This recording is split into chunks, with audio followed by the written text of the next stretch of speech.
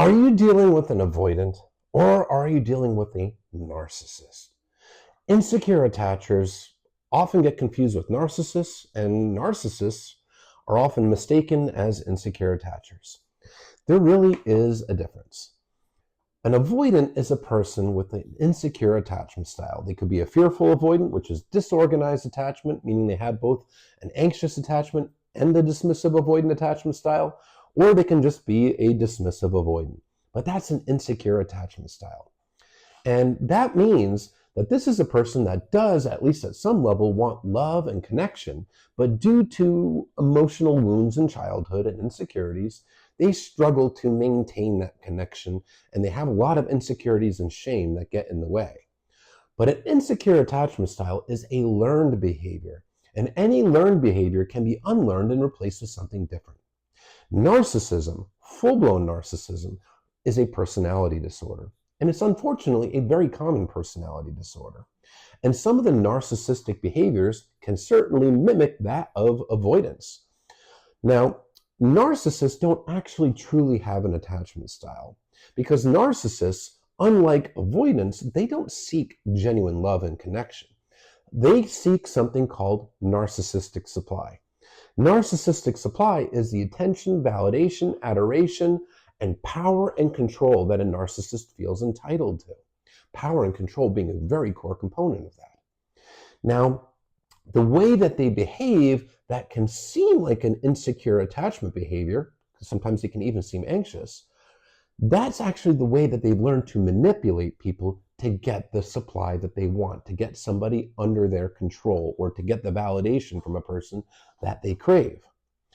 Narcissists at their core are avoiders, but that doesn't mean that they have an avoidant attachment style. Avoiders are people that have a deep wound of shame and they don't want to face that shame, so they look for various ways to distract themselves from that shame. Narcissists actually have a black hole, a giant pit of shame inside of them. And what they do, which is something that avoidants do not do, is they create a false self. The false self is the image of themselves that they project to the world. And they even delude themselves into believing that their false self is who they actually are. It's actually a delusion. That's why it's diagnosable in the DSM-5. Now, the false self is always a perfect person, never makes mistakes. That's why narcissists are virtually pathologically unable to take accountability. Because if they were to take accountability and acknowledge any kind of wrongdoing, it would shatter the false self. And they'd have to face that inner shame because their false self would no longer be masking that inner shame. Avoidance can take accountability. It's just hard for them because they too have a shame wound, but it's not anywhere nearly as profound as a narcissist. Now, another big difference too is that avoidance, in most cases, other than extreme cases, generally only really truly show up massively avoidant in romantic relationships, sometimes friendships, but usually just romantic relationships. Narcissism permeates through everything, and narcissists can have even a hard time maintaining stable jobs and employment because they'll blow that up due to their massive ego and inability to take accountability and their willingness to justify any bad behavior that gives them an edge.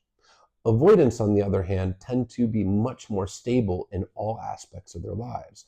Some narcissists can maintain steady employment, but it is very common for them to job hop and to lack stability due to their inability to take any kind of accountability.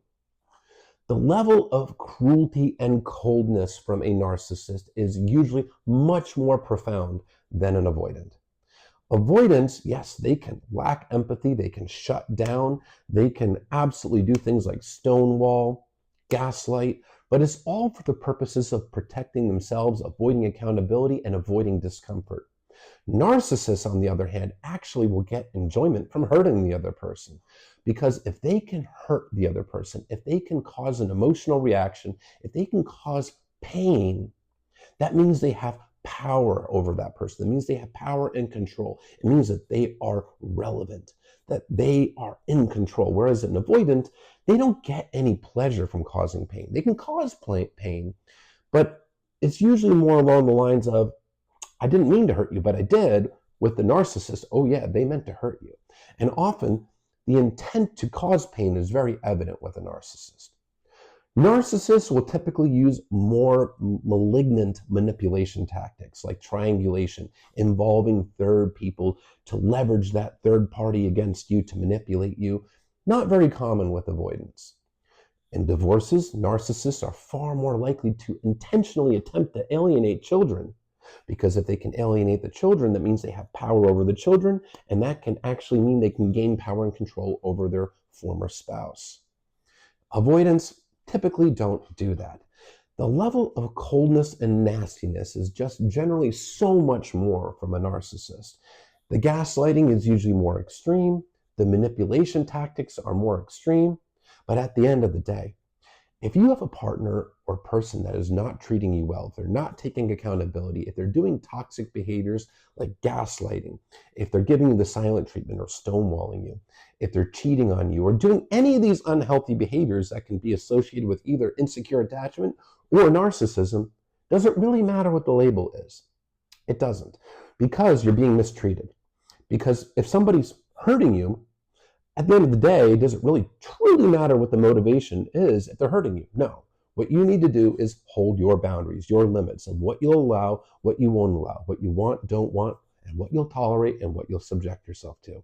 Because if you hold those boundaries and you stay firm and true to those boundaries and hold your limits, and you don't allow another person to manipulate or gaslight you into lowering those boundaries, you will protect yourself regardless of what the label of that person is. Because if you're being mistreated, you're being mistreated. And at the end of the day, the label is just a label. It's just there to help us understand the framework of why a person behaves the way they do.